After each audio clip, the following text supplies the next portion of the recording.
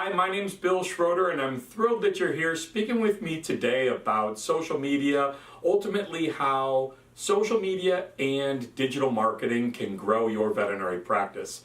Before I go any further, I want to thank the fine folks at Zoetis for allowing me to present this information, and of course for having the foresight to help you and your practice be successful with this wonderful opportunity. They've put together this webinar series that I'm sure you're going to enjoy and you will benefit greatly from. Like I said, my name is Bill Schroeder, and I happen to be the proud owner of In Touch Practice Communications. I only mention that because I've spent the last 25 years helping practices just like you grow in this ever-changing environment. These days we're talking a lot about social media, digital marketing, leveraging content, being relevant locally, and as a result, Zoetis has come to me and said, let's put together a program that highlights some of the most important factors of growing a practice today. So we've developed this 4-webinar series that has a rundown, goes like this. First, we're going to identify the most relevant digital opportunities. That's this webinar you're looking at right now. Then we're going to move into local search, how to reach local pet owners in your community, how to leverage your online reputation opportunity will be the 3rd webinar, and then we'll wrap it all up with how or whether or not your digital marketing efforts are working. A lot of people get out there and they start applying these techniques without first considering how to measure it. So let's talk about today's webinar. Today's webinar will cover 5 main points. First, we'll talk about fundamental web design and attracting and engaging new clients, okay? We'll talk about where to focus your attention, how to evaluate future channels, then we'll move into talking about how much time is necessary. Overall, we'll be looking at how to create a digital marketing plan that'll fit well for your practice. But first, and let's use this as a blanket not only for this webinar, but for all subsequent webinars, let's set some expectations. This is a dive into social media, dive into digital marketing that will allow you to understand some of the most relevant and productive concepts that are there. This is not a mastery level course, and I want you to understand that there is a lot of research that can be done into these individual topics, and I highly recommend that if you'd like to learn more, we'll present some resources at the end of this webinar that will allow you to dive deeper into the topics that I'm discussing today. So the first concept I want to discuss is, pretty basic, but it's fundamental and everybody misses it. It's the fact that there are real people at the end of every single message, just like these people I have up here on the screen. They are people that are receiving messages just like yours from other veterinary practices and other marketers, the banks, the auto repair shops, the dry cleaners, other social signals that they receive. Very few people take the time to realize that your messaging needs to be written so that it is affecting real people with pulses and pets. So, as you're creating your messaging, the very first tip that I'm going to give you is to write for the people and not the search engine algorithms or what you think is going to be tricky so that Google or Facebook will pick up your post. So, write real stuff for real people. Next, let's start our discussion about diving into social channels by learning where you should focus your attention. We're going to talk about social media here, okay? Now, there are a gazillion social media channels, but very few are relevant for the veterinary space, today at least, okay? And I highly recommend that you only tackle the social channels that you can handle. I actually think it's pretty funny sometimes when someone comes to see me lecture or they view a webinar or they go out there and they learn that social is important and they go back home and they get all these different social channels and they apply them onto their site. They sign up for things that I've never even heard of. And in the end, they're not maintaining any of them well. So my very first tip when considering where to focus your attention is to actually understand what your practice can handle. Look at the resources that you have. Look at where your clients are currently at. And I suggest that you start with foundational social channels that are Facebook, Instagram, and YouTube. After that, you might want to expand out into doing some Twitter posts. You might want to expand into other social channels that are relevant for your audience. But if you haven't mastered Facebook, Instagram, and YouTube, I really suggest you start there first. Next, I need you to understand that organic is the type of post created without paying the social channel. The other type of social posting is paid. We'll talk about this a little later in the session, but please understand that I have a view by looking at statistics of my client base, and I can tell you that paid social media advertising done correctly is extremely hot these days, because organic traffic is flooding and clogging the pipeline that is social media, and a very small percentage of organic posts are actually making it through to your target audience. Okay, so my most successful experiences are those when I look at practices that have a combined social and a combined paid and organic social effort. Okay, the next two things are really important as well. First, do all of your daily posts on your social accounts in-house.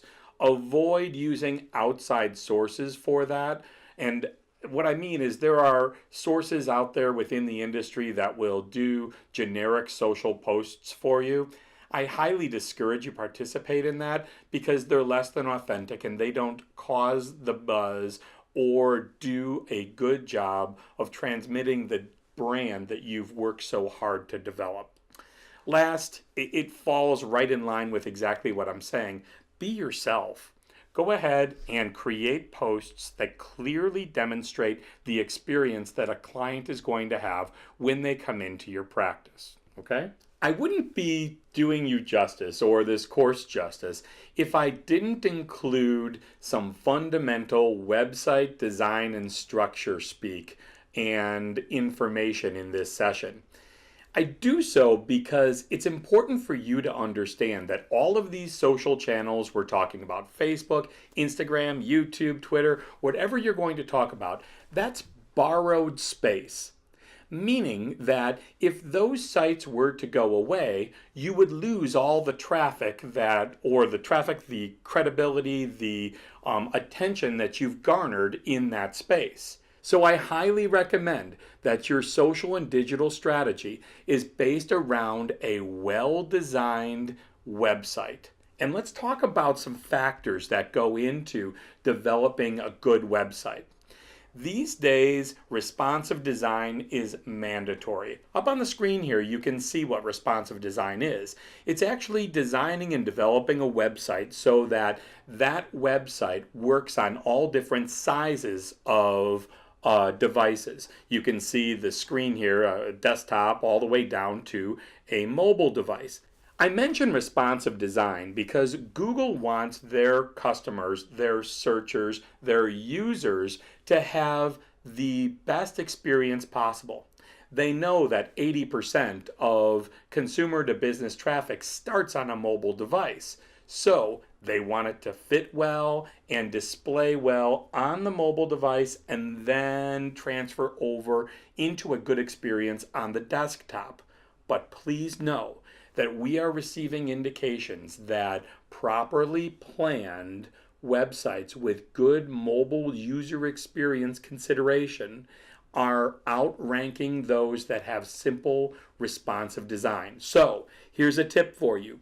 If you're starting to develop a new website or you want to refurbish or recreate a design for your site, I strongly recommend that you start by designing for mobile first and then expand that experience out as the the device gets larger. So start with mobile first. Always use responsive design, and Google and searchers will actually really pay you a whole bunch of attention.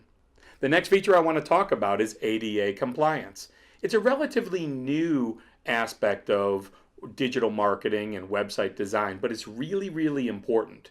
You see, we all know ADA compliance when we think about allowing those who might be handicapped or physically limited to have really good access to your practice. So we know about ramps and automatic doors and handicap access to restrooms and stuff like that. But these days we're talking about it in conjunction with how people with disabilities are interacting with your website. Up on the screen here, I've got blumvet.com. That's BLUMVET.com. It's an animal hospital in Chicago that does a really good job of user experience, of security, and of course, Americans with Disabilities Act compliance. In the right-hand corner, you can see that I've got it circled here. There's a little wheelchair icon. This indicates that there is an alternative view for those who may need special types of access to a site. Now, ADA compliance is a huge feature. I recommend that you speak with whoever manages or develops your website so that you can assure yourself that your site is compliant. One thing to look for would be this handicap signal or symbol that's on the site. If you're developing your site yourself, okay, which many of you may have an interest in doing, I highly recommend you use the WordPress format. It seems to be the most user-friendly. WordPress does have some plugins that will allow you to be compliant with very little effort. Next, I want to talk about security and your site. You can see in this picture here, again, we're on BlumVet. BlumVet has a secure site. It's indicated by the lock symbol and then the HTTPS in the web address. This assures the visitor that the site has a security certificate and that it's a safe place for the visitor to browse. Google is being very, very forward about this messaging in that they're telling us that unless a website is secure, it will have difficulty ranking. So I highly recommend you reach out to the people that are hosting your website and those that are developing your website, or that if you're doing it yourself, which many of you, again, may want to do, that you obtain a security certificate for your website. How can you tell? Again, if it's got the lock symbol and or HTTPS in the URL, you are doing fine. So, to recap, I want you to make sure that your sites are responsive. I need you to make sure that they are ADA compliant and that they are secure. If you currently haven't done these, I suggest that you do that before you do anything else. Let's move on and talk about actually attracting and engaging your client base. For this, I want to get you in the mindset of how Google will view the content that you're putting online. A really good example for me, and it seems to resonate really well with people that I speak with, is to imagine a grocery store and realize that every aisle within a grocery store has a purpose, and that the grocery store is more than likely tracking you as you're moving through the grocery store and picking up items. Google does the very, very same thing. They position high-value items in high-traffic areas and really appreciate websites that are organized in a manner that is easy for the user and ultimately Google's search engine spiders to browse. So what do I mean by that? I mean that you should have a clear outline of what is going to be contained on every page of your website. I highly recommend that you dive into your analytics, and we'll talk about this in a later webinar, but dive into your analytics and examine each and every page of your website.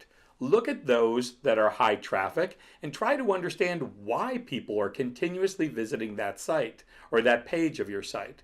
Also, look at those that are having very little or no traffic, and either adjust those pages so that they're more attractive to people or eliminate them from your site. It's the same thing in a grocery store. If there were 3 aisles in a grocery store that weren't getting any traffic, the grocer would either eliminate them and save on the square footage, or more than likely, they would replace the products within those aisles so that they are utilizing their square footage to advance their practice best. One technique in evaluating your website is to look at the pages on your website and ask yourself, does this content directly answer the most frequently asked questions of people looking for practices like mine? You see, Google is out there as an information provider. People utilizing Google are asking questions. They're asking where practices that offer services like yours are located. They're asking for referrals. They're asking for references, seeking information about caring for their pets. And if you are not providing direct responses, Google may not rank you as well. So, as I go through and evaluate pages on websites, I look and I say, what is the purpose of this page? And I strongly suggest that you do that. So open up your website, make a list of every single page of your website, and then literally say, what do I want people to do? If it's not incredibly clear, it's probably not working well. So there's a tip for you. Ask yourself, what do you want people to do? And then create what we'll talk about later, a conversion point, maybe a button on that site that will allow the people to perform the desired action. And again, like I said, we'll get to that later in this session. While you're poking around in your website and you're looking and experiencing it like a pet owner, I want you to think about how many clicks it takes to get to the deepest information on your site. More often, practices make the mistake and they have these elaborate click schedules that bury content so far down that it never gets seen. So, although I like to shoot for 3 clicks, I'd like to suggest you go on a really well laid out site like blumvet.com. See how easy it is to navigate their menus. Look how deep or how many clicks it takes you to get to the deepest information, and you'll see that it's really easy to access. The second tip in evaluating the content and flow of your site is to make certain that the information is easy to access and that you don't have to do a whole bunch of clicking to get to the deepest content. A few moments ago, you heard me speak about organic and paid efforts. Again, those are 2 different ways that you can approach getting your message out there online, both in social media and within the search engine results pages.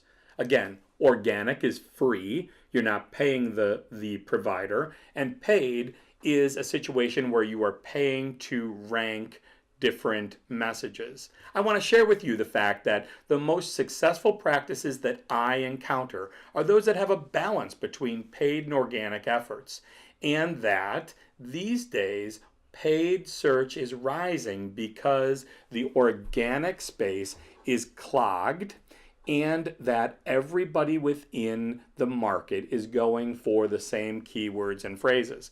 So, one way you can help this is to identify opportunities for you to be active in the paid space. Very often practices come to me and they say, how can I be number 1 in search? And I'm going to say that might not be the game anymore, and I'll demonstrate this, but in order to do so, I want to let you know that the most successful practices that I encounter are those that are using a balance between paid and organic efforts. Now, a very trusted thought leader within the digital space is a guy named Michael Stelzner. And real recently, Michael Stelzner put this message out there that basically says that if you're only relying upon organic search or organic efforts, you probably should find something else to do because you're not paying attention, and that paid is proving to be a relevant strategy. Now, this slide that I have up here is demonstrating that. You see, at the bottom of my screen here, I've got organic. And you can see Hobart Animal Clinic is number one in that space. Okay, now that is actually the possible eighth position when you consider the fact that there are 3 positions available for paid ads above the local pack. There are 4 positions, including 1 paid ad available in the local pack, and then organic starts. So by following the maximum amount of paid and local pack slots available, the first position, organic, is actually the possible 8th veterinary practice that a user will experience before they get to the number 1 organic position. So, why am I mentioning this to you? I'm mentioning this because you need to be active within the maps, and that's local search. The next webinar, by the way, you need to consider paid ads if other people are doing paid ads within your market, and you need to have an organic plan. Here are 5 tips to help you develop a really effective pay-per-click plan. First, write really good ad copy for your paid advertisements. Create custom landing pages for each and every one of your ads so that when people click on an ad, they are taken to a landing page that directly receives them for that ad content. Secondly, monitor your ads.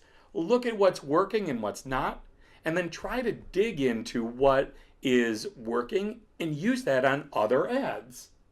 That goes right hand in hand with conducting a regular analysis on your account.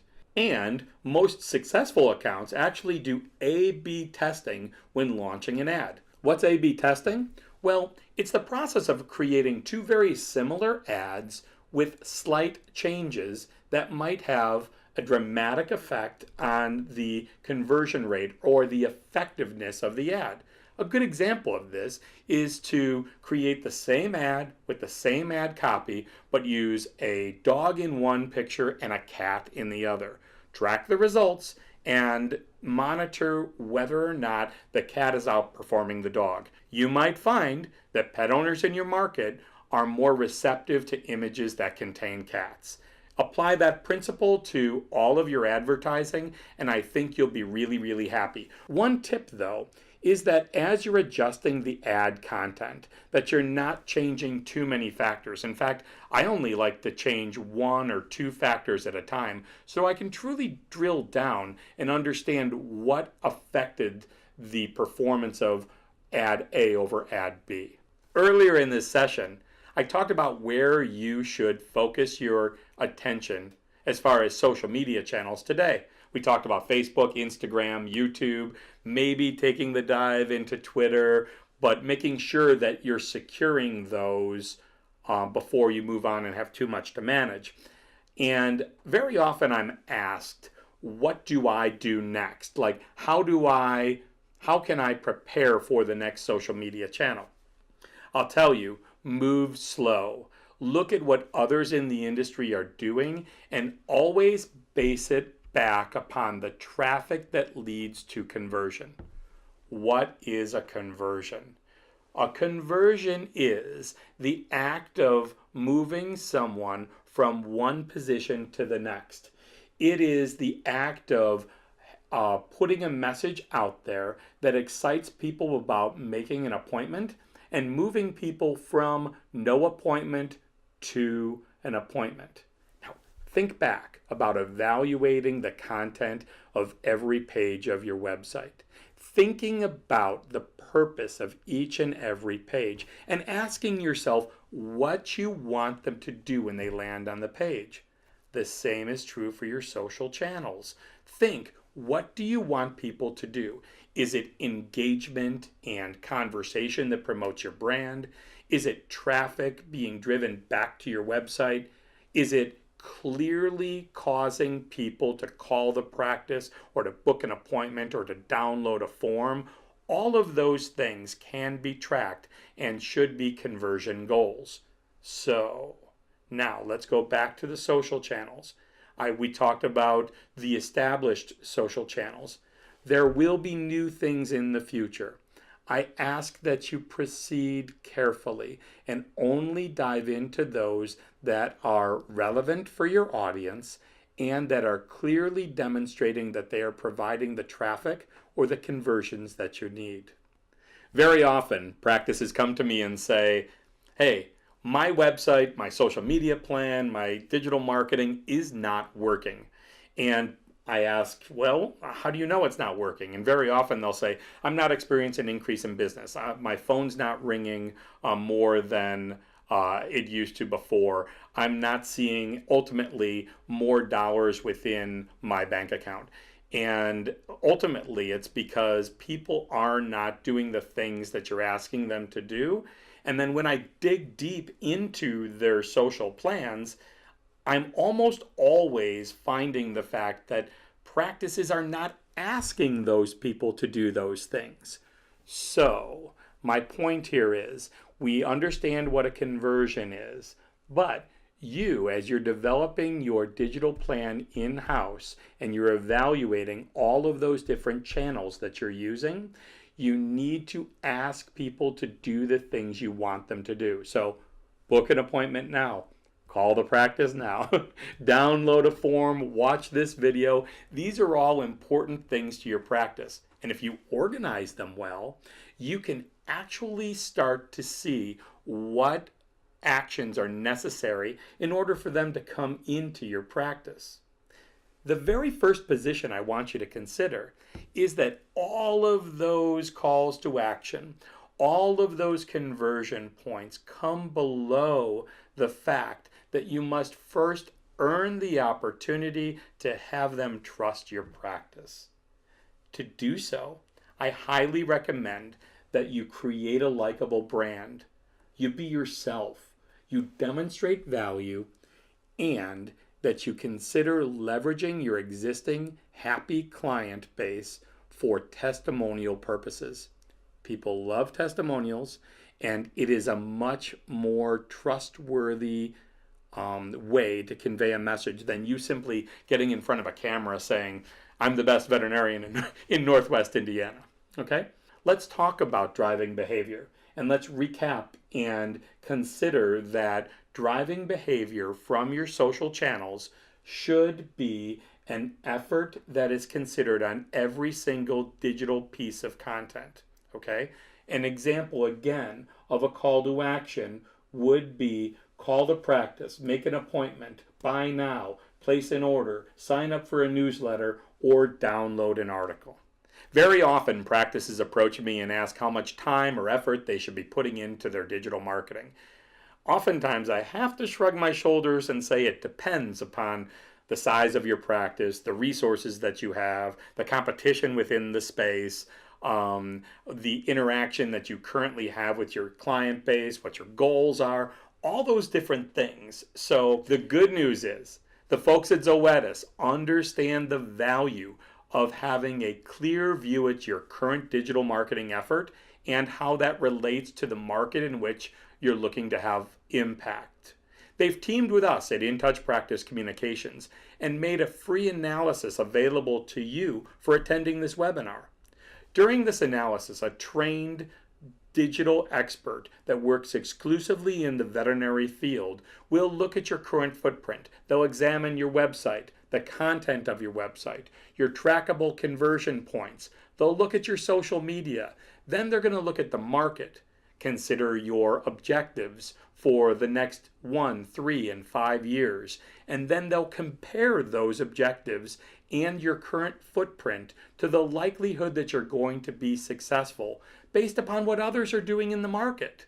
So if you're interested in that, I'm going to put my information up at the end of this webinar. But if you've got a pen in hand right now, you can email me at bill@intouchvet.com. So today we've talked a lot about the most relevant social channels.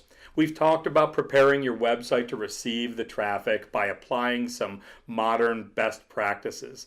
We've talked about trackable conversion points, paid versus organic search, and the benefit of having a blend.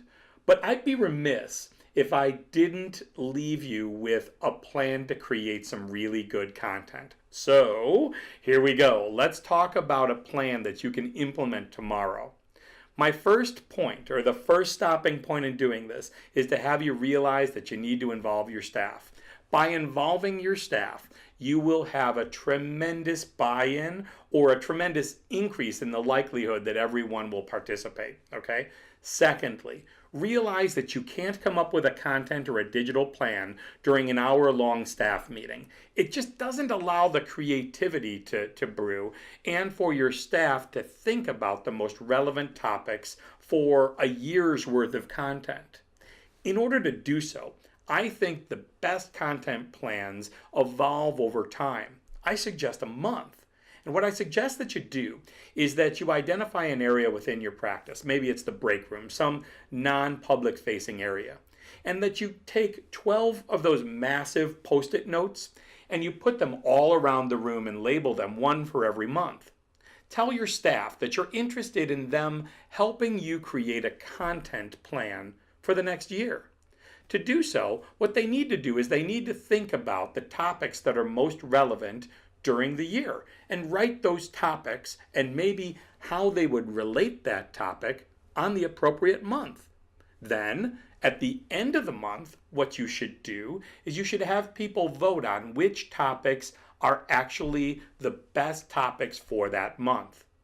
Your management team at the practice should then ultimately put together and organize a schedule for when those topics would be discussed. I would take the people that had the idea of the content and empower them to create content that supports that subject matter. Then I would reward them by saying, "You won January. Here's a $100 gift card or something for you and your partner to go out and have a night on the town." That way, you've spent about $1,200 to create a full year's worth of content. You've engaged your employees and have leveraged all of that expertise that they're walking around with. Then you have the opportunity to empower them and create a situation where they will be creating the content with you. I strongly suggest that all of your content is developed at least 30 days before. So basically, if you are talking about dentistry being a February topic, like we all know is so very important, I would want the February content to be due January 1st. That allows you and your management team to review the posts and the content, the videos, whatever it is, and then approve them before they're launched to the market. Okay? Now, I want to introduce you to the fact that Zoetis has taken the time to create a social media 101 toolkit. Basically, this is a toolkit, and we'll throw you can see the link to the toolkit here. If you click in the description of this video or follow the URL on screen here, you can actually have access to the toolkit, which is curated and very effective messaging and effective collateral that supports each and every one of the Zoetis initiatives. So, by taking this information that Zoetis has created for you and combining it with your digital plan, you can very easily put together a plan that will engage your audience for the entire year. By tracking the effectiveness of those particular campaigns, by pairing them with your trackable conversion points we talked about earlier, you can easily see what efforts are working and apply them to the future posts or digital efforts. So today we've talked about the most impactful social media channels. We've talked a little deeper about digital marketing and understanding the importance of tracking your efforts by looking at conversion points that can be set on your website. We've identified the importance of understanding your market, and the folks at Zoetis have gone to the point where they want to make an analysis available to you at no charge. They've taken further steps and created this Social Media 101 toolkit that you can utilize in conjunction with your custom messaging. I want to thank the folks at Zoetis for this opportunity and for their dedication to growing practices like yours. So I welcome you to join us on the next webinar, which is Local Search and Mobile Devices. There you'll learn how to be active in the local conversation online and to create a situation where your practice's website and social channels are front and center in the local conversation. We'll demystify how to show in the maps. We call it the local pack.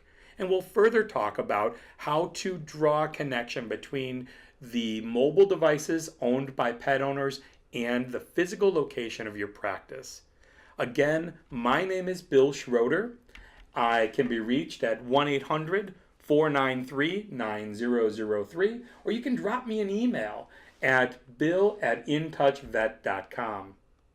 I wanted to open the floor up to questions at this point and allow you to ask me anything that you'd like about social media or digital marketing.